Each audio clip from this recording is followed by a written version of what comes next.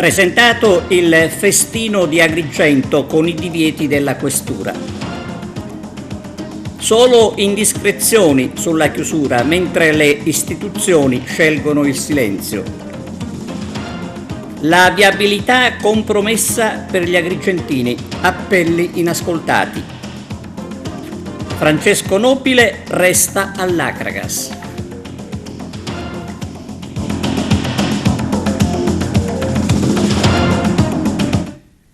Buongiorno da TVA Notizie. Festa di San Calogero, la più attesa dagli agrigentini. Oggi la presentazione del programma e per la prima volta cambia tutto su decisione della questura. Sagrato del santuario e scalinata devono restare liberi e nessuno potrà salire sulla statua. Ci sono i servizi di Arturo Cantella. Conferenza stampa stamani al santuario di San Calogero per spiegare il programma che vedrà impegnata la città di Agrigento per tutta la settimana. Si comincia già stasera con Uvere la Villa. Sono state anche spiegate le raccomandazioni che la questura ha fatto in occasione dei festeggiamenti del Santo. Il programma è stato già pensato, organizzato di comune accordo con Fraternita e portatori, l'associazione dei portatori, condiviso con vescovo, prefettura, questura, comune. Il programma inizia oggi, inizia con il Uvenne la Villa e finirà, si completerà con la seconda domenica, giorno 9. E all'interno dell'ottavario sono diverse le cose che abbiamo inserito, oltre alle celebrazioni della Santa Messa, più celebrazioni della Santa Messa, 3 al giorno, 2 di mattina, una di sera, e poi ogni sera c'è un'attività diversa, quale potrebbe essere il concerto, la tavola rotonda su San Calogero, l'inaugurazione di una mostra fotografica, un momento di preghiera con i gruppi di rinnovamento nello spirito. Comunque in modo dettagliato il programma già è in mano agli agrigentini. E sicuramente i due momenti più intensi sono quelli della domenica alle 12 e all'1, la prima e la seconda domenica con le processioni, e apprestandoci a celebrare la festa di San Calogero come uno dei momenti più intensi della festività e degli agrigentini. La festa stessa ha avuto nei periodi che ha vissuto diverse sfumature. A tratti alcune cose sono state realizzate, altre sono state migliorate, qualche altra è stata modificata. Quest'anno, iniziando i festeggiamenti, abbiamo avuto disposizione da parte della questura in merito e in materia all'ordine pubblico e alla sicurezza, rispetto al programma che abbiamo già presentato, e a differenza delle consuetudini e delle tradizioni che la festa nel corso degli anni ha avuto, sono state date delle prescrizioni. Nella fattispecie la prima prescrizione riguarda la scalinata e il sacrato. Non ci deve essere libera da persone, non ci deve essere nessuno all'uscita del fercolo con il santo, soltanto i portatori insieme con i volontari, i portatori che con la vara, e un cordone di volontari abilitati e di portatori proveranno a far desistere quanti magari ancora non avessero capito che sulla scalinata e nel sacrato non ci deve essere nessuno, libero da persone e da cose. E l'altra prescrizione che ci ha dato la questura, sempre in materia di ordine pubblico e sicurezza, è che nessuno, soprattutto durante le fermate del simulacro, può omaggiare salendo sulla statua per baciarlo. La prefettura ci dice, la questura ci dice che solo ai bambini è concesso, accompagnati da un genitore e da un membro del direttivo di cui già hanno gli elenchi, che possono salire. Però da una riunione che abbiamo fatto ieri sera con il direttivo dei portatori e con tutta l'assemblea dei portatori, come ulteriore segno di prudenza e di sicurezza si è scelto di non far salire nemmeno i bambini, quindi nessuno salirà. In modo particolare poi abbiamo detto, e lo diciamo e riconfermiamo ancora, quanti hanno la promessa e il voto per i bambini lo possono fare ogni giorno, perché ci siamo tutti e tre i sacerdoti qui in santuario e lo fanno alla nostra presenza, che li accompagneremo con la preghiera e lo scioglimento del voto stesso. La terza prescrizione riguarda la seconda domenica con la Sacra del Grano. Come è consuetudine e tradizione, la processione offertoriale parte dall'Addolorata e arriva al santuario, così come eravamo abituati a viverla. E parteciperanno alla processione i fedeli con la promessa del pane, le motoape parate e soltanto i carretti siciliani che si sono iscritti, che sono circa 12, trainati dai cavalli. Non sono permessi altri animali liberi, quindi cavalli, muli, capre e quant'altro, non è possibile, sempre ordine e sicurezza pubblica. Noi chiediamo a tutti i devoti di attenerci a queste prescrizioni per vivere con gioia e serenità questa festa di San Calogero, e con rinnovato impegno a tutti i devoti di un santo che è particolarmente vicino alla gente di cui si prendeva cura e continua a prendersi cura. Viviamo questo momento di grazia nel rispetto del Vangelo e nel rispetto delle leggi come salvaguardia del bene comune. Ognuno di noi sa come esprimere la propria devozione al Santo in tantissimi modi, ma di certo anche quest'anno non salendo sulla statua. Ci affidiamo al buonsenso di tutti per vivere, dicevo prima, questo momento di grazia nel modo più sereno e gioioso possibile. Un accento, e lo ricordiamo ancora, su quello che è il segno del pane. Continuiamo a vivere questo segno, continuiamo a far benedire il pane, continuiamo a fare come abbiamo fatto negli altri anni, condividendo questo segno di comunione con i nostri fratelli che sono nella necessità e non sprecandolo, lasciandolo cadere a terra. Un grazie di cuore a tutti per quello che facciamo. Quest'anno inizieremo praticamente stasera con la manifestazione a Veneravilla, giunta alla 17ª edizione, dove ci saranno degli spettacoli musicali, in più degustazione di prodotti tipici siciliani. Io mi riaggancio alle belle parole di Don Gerlando e faccio un appello pubblico al buonsenso per rispettare le regole che la Questura ha voluto in materia di ordine e di sicurezza.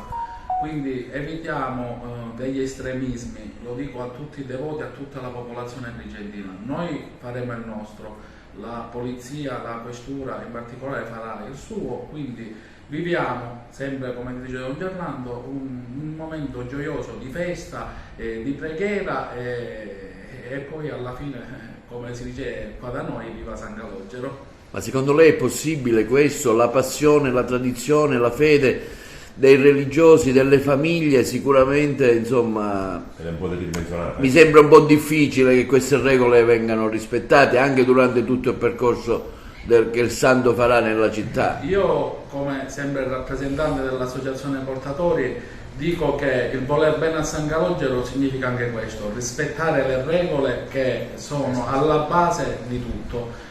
Noi siamo gente di legge, gente di fede, e quindi secondo me gli agrigentini capiranno e rispetteranno quello che ci ha prescritto la questura. Non vedo il perché non debba essere rispettato, sono semplicemente delle prescrizioni che sì vanno magari contro quella che può essere la tradizione che abbiamo, ma di certo il buonsenso è di gran lunga superiore anzi il buonsenso misto al cuore. Beh, il fatto di non salire sulla statua già c'era lo scorso anno, quindi voglio dire che Se i siamo un portatori po' sono abituati a questa combatti, cosa. se i portatori sono Forse combatti, l'uscita del Sande è quella più... No, ma va bene. Allora, va perché bene Tommaso, così, il sì. questore ha usato un termine bellissimo che a me è piaciuto.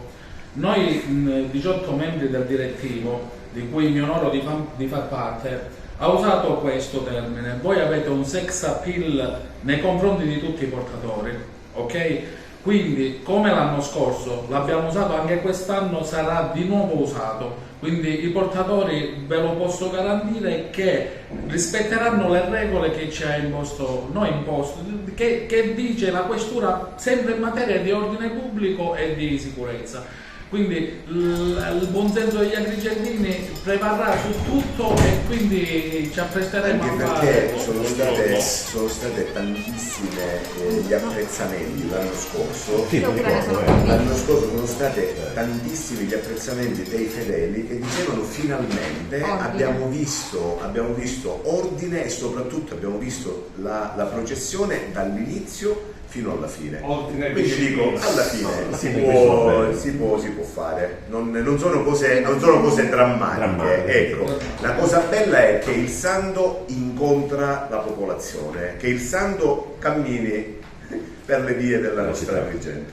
E poi mi permetto di dire che San Calogero, con la sua faccia bella, sorridente, dà quel senso di benessere, di gioia a parte di tutti, e quindi anche il salire là sopra e non vedere quella bella faccia era una cosa che andava a regolamentare, ed è stato così.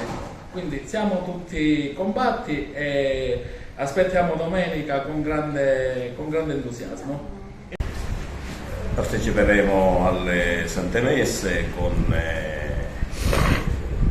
cura delle raccolte e di quant'altro.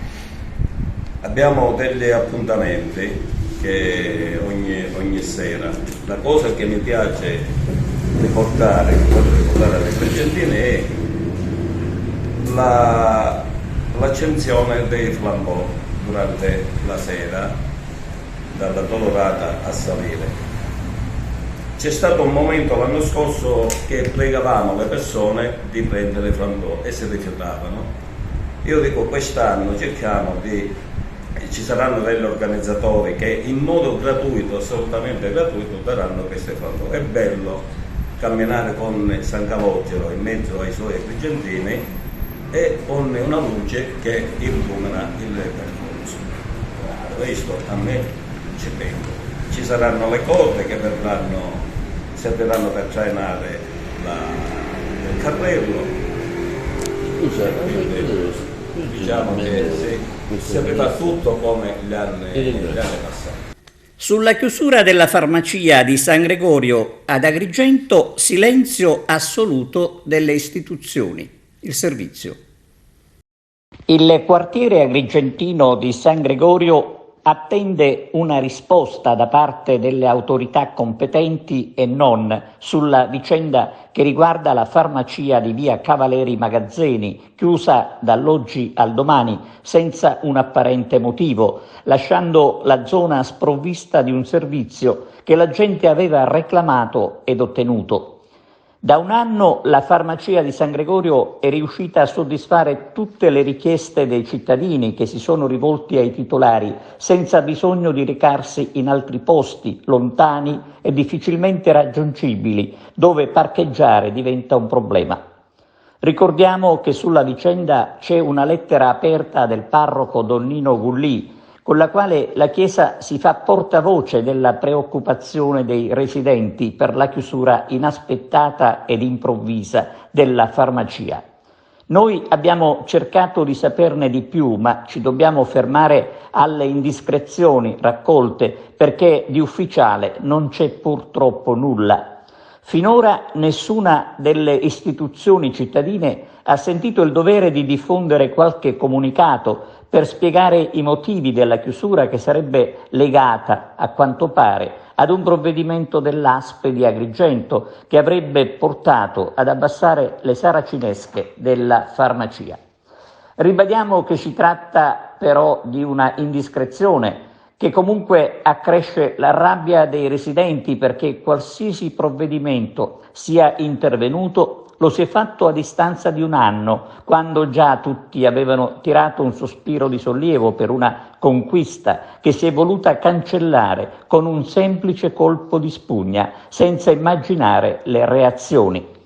Chissà che il cartello sociale, attento e puntualmente accanto ai cittadini per denunciare le carenze che fanno di Agrigento una città a perdere, non debba occuparsi anche della farmacia di San Gregorio. Un'altra battaglia, insomma, per smuovere le istituzioni a dare delle risposte, quelle che la popolazione di San Gregorio attende. Ennesima istanza del comitato di quartiere Fontanelle Insieme relativa all'incuria in cui è lasciato il quartiere di Fontanelle a causa delle sterpaglie. Purtroppo ogni anno si arriva in estate senza programmare gli interventi che farebbero vivere meglio la popolazione, evitando soprattutto i problemi legati agli incendi che rischiano, se non si interviene, di distruggere il patrimonio e il poco verde che esiste a Fontanelle. Eventi estivi a Cammarata, nel centro storico. Domani, 1 luglio, inizia Vibra Fest, manifestazione che serve ad animare la zona compresa tra la via Roma, l'antica strada Carrozza e il castello.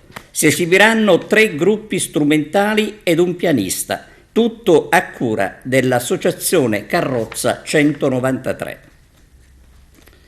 Viabilità ad Agrigento sempre più a rischio tra buche e avvallamenti. A mancare è la volontà di chi dovrebbe intervenire. Via Caterina d'Altavilla, uno dei casi di abbandono, uno dei tanti casi di abbandono. Parliamo di strade gruviera, strade che si devono percorrere col rischio di finire in qualche buca e danneggiare i propri mezzi. Si sta lavorando in Viale Emporium per abbellire il tratto d'ingresso a San Leone, ma non sappiamo se in progetto esiste anche la sistemazione di un altro tratto, quello antistante l'ex Annenze e il deposito della SAIS, dove alcuni avvallamenti sono diventati una trappola. Ma è tutta la città a soffrire per la mancanza di manutenzione che fa vivere alla giornata sperando nel buon Dio. Con le immagini siamo in via Caterina d'Altavilla, dalle parti di via Cavaleri Magazzeni. Come si vede anche qui le buche non mancano e transitare da queste parti è un problema serio, sia che si viaggi in auto che in motorino. Solo chi è fornito di fuoristrada riesce a cavarsela. Strade gruviera, dicevamo, che mettono a repentaglio la sicurezza, ma questo aspetto, che è quello che conta, naturalmente, sembra interessi poco e niente agli uffici del comune che ignorano le segnalazioni, lasciando tutto nell'assoluta precarietà. Noi rivolgiamo un invito al sindaco e all'assessore competente perché si possa quantomeno ridurre i pericoli, ricoprendo le buche e in attesa di soluzione segnalare almeno gli avvallamenti. Riteniamo si possa intervenire con pochi costi, purché si trovi la volontà di farlo. Ritrovato a Segesta un altare ellenistico, Arturo Cantella. Nuovo prezioso ritrovamento a Segesta, seppellito per secoli da pochi centimetri di terra dalla vegetazione, nell'area dell'Acropoli Sud è tornato alla luce un altare presumibilmente di epoca ellenistica composto da 2 raffinati elementi lapidei scolpiti. Questo eccezionale reperto rinvenuto conferma l'inestimabile valore storico e artistico che i siti archeologici rappresentano per il nostro territorio, quando afferma il presidente della regione Renato Schifani, testimonianza di un passato glorioso ancora da scoprire e interpretare. Migliorare la funzione di questi luoghi significa permettere a turisti e visitatori di vivere esperienze culturali immersive e di godere di un patrimonio unico. La scoperta è avvenuta nei pressi dell'edificio denominato Casa del Navarca, in una zona finora poco esplorata nell'ambito del progetto di manutenzione e fruizione dei fronti di scavo, proprio mentre alcuni operai ripulivano il terreno da sterpaglie e vegetazione spontanea. Entrambi i reperti sono a forma di tronco piramidale in perfetto stato di conservazione e dovrebbero costituire un altare per il culto familiare, un supporto per una scultura o un elemento di finitura. L'altare era stato pensato per essere adagiato alla muratura e presenta nella parte mediana posteriore un alloggiamento per un gancio metallico. Leggendo l'opera in senso verticale appare un solido basamento con modanature e piccoli ovuli che ricordano delle perline.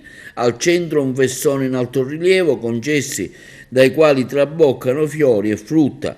La parte superiore ricorda la partizione delle trabeazioni degli antichi templi e si chiude con delle volute di gusto ionico che ne delimitano i bordi di un mattone in terracotta posto in orizzontale. Probabilmente serviva a sigillare lo spazio destinato a reliquie di eroi e di antenati. Il secondo elemento riporta una superficie scalpellata per favorire l'adesione dell'intonaco che copriva almeno 3 lati.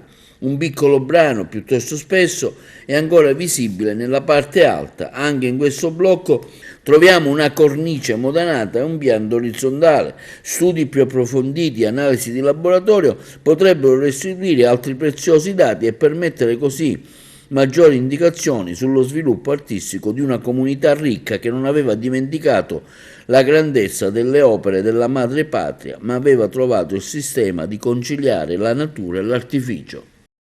Dottoressa Brancato, ecco, parliamo di questa mostra che oggi si presenta qui ufficialmente da Lassa, che sarà in visione per circa 2 mesi, una mostra che riguarda purtroppo il triste fenomeno dell'immigrazione che vede purtroppo tanti morti sempre. Sì, è una mostra che tocca la nostra sensibilità e noi abbiamo proposto una sfida, mettere a confronto quello che sono gli ex voto che sono stati donati a San Gerlando e che hanno come tema il mare, con una mostra fotografica d'autore di momenti salienti, momenti dolorosi e fortemente drammatici legati alla tragedia del Mediterraneo. Quale possa essere il legame? È appunto una sfida. I musei diocesani o in genere tutte le realtà museali, oltre ad essere custodi di memoria, oltre ad occuparsi anche della salvaguardia del patrimonio, devono smuovere le coscienze. E allora questa mostra è un fuoriprogramma, se così si può dire, cercare attraverso la pittura, attraverso la fotografia di smuovere il nostro animo e per ricordare le parole del Papa, sfuggire la globalizzazione dell'indifferenza che ci ha fatto smettere di piangere, significa ci ha fatto smettere di emozionarci, di provare delle forti emozioni. Passato e presente all'interno di questa installazione vedono protagonista indiscusso l'uomo e il filo rosso è il mare che racconta preghiere, che racconta urla di dolore, il mare che racconta miracoli, e non c'è differenza tra pennellate e fotografia. Quelle onde del mare hanno tutti la stessa finalità, quella di captare quelli che sono momenti di alta tensione emotiva. E quindi il nostro auspicio è proprio questo, cercare attraverso questa installazione, attraverso l'arte, di smuovere le coscienze. Una benedizione per alcune chiese di Sicilia, Trapani, Agrigento, Caltanissetta, che viene ricordato per quell'appello forte, deciso, netto, indirizzato direttamente agli affiliati alla criminalità organizzata, alla mafia, notevole, si rivolse direttamente a loro, con un forte invito alla conversione, quindi al cambiamento di vita. Occasione anche questa per riflettere su questo cambiamento di vita, non solo degli appartenenti alla criminalità organizzata, ma un cambiamento di mentalità anche per i non appartenenti alla criminalità, ma che tante volte veicolano una mentalità mafiosa anche nelle piccole cose. Ed è questa mentalità che va superata, che va portata a una consapevolezza dell'assoluta lontananza, contraddizione con il Vangelo e comunque con una visione alta dell'uomo. Terza tappa, adesso a luglio, la visita di Papa Francesco a Lampedusa, che porta l'attenzione al fenomeno delle migrazioni,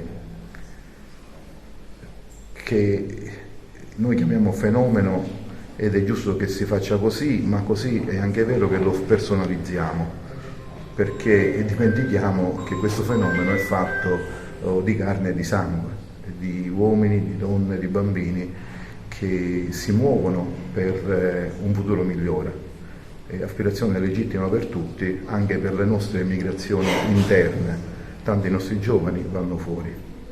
Loro hanno il passaporto e hanno dei canali privilegiati. Il nostro passaporto italiano è uno dei migliori per la mobilità e loro non ce l'hanno. Allora forse bisogna chiedersi qual è un vero cambio di punto di vista sulle migrazioni, se è quello di trovare vie sempre migliori per bloccarle o se è attivare percorsi di legalità per permetterle. Don Damiano, è un fenomeno che purtroppo aumenta giorno dopo giorno. Ecco, in questo caso la Chiesa come si misura con questo fenomeno che aumenta purtroppo? Come ha sempre fatto, ricordando la dignità della persona umana. Per il resto è la storia e la cronaca che parla su quello che ha fatto la Chiesa a partire dai Romani Pontefici, non solo Papa Francesco, fino alla Chiesa di Agrigento. Fare chiarezza sul rapporto di Tre Mestieri nel Messinese, chiesta la convocazione urgente del Consiglio Comunale. Chiediamo chiarezza, come in ogni questione che riguarda questa amministrazione, chiediamo chiarezza e trasparenza. Non è un palazzo di vetro, è un palazzo molto opaco. Il punto è, si sono persi questi soldi, noi speriamo di no, speriamo che abbia ragione il sindaco, però lo vogliamo sapere dalla sua viva voce, dalla viva voce di tutti gli interpreti in Consiglio Comunale. Ecco perché abbiamo fatto una richiesta di Consiglio Comunale aperto a cui devono e dovrebbero partecipare tutti gli attori. È paradossale il fatto che su una vicenda importante come Tre Mestieri, opera che è stata presentata come soluzione ad esempio al passaggio dei mezzi pesanti, soluzione che consentirà la liberazione della Rada San Francesco, la politica non abbia dibattuto adeguatamente fino a questo momento, perché non lo scopriamo oggi che il cantiere è fermo da mesi. Paradossalmente sono state fatte diverse manifestazioni a cui il Partito Democratico ha aderito e ha partecipato, sono state fatte diverse richieste rimaste inevase, però effettivamente è un tema talmente importante che bisogna accendere i riflettori e quindi tutti siamo responsabili della valutazione dei rischi e dobbiamo farlo. L'idea che possa essere realizzato il ponte sullo Stretto non potrebbe mettere da parte e mettere anche in discussione un'opera che potrebbe essere in antitesi, i trasporti poi dovrebbero utilizzare il ponte, che motivo ci sarebbe di fare un altro porto a sud di Messina? La sua domanda è perfettamente pertinente ed è proprio la paura che noi abbiamo, che questa benedetta opera che da tantissimi anni aleggia sulla città di Messina possa essere per l'ennesima volta incompiuta, ma allo stesso tempo paradossalmente possa essere uno strumento per evitare investimenti seri sulla città di Messina. Questa è una preoccupazione che dobbiamo immediatamente diradare. Nessuno ha avuto il tempo di tirare il fiato questa notte al molo Favaloro.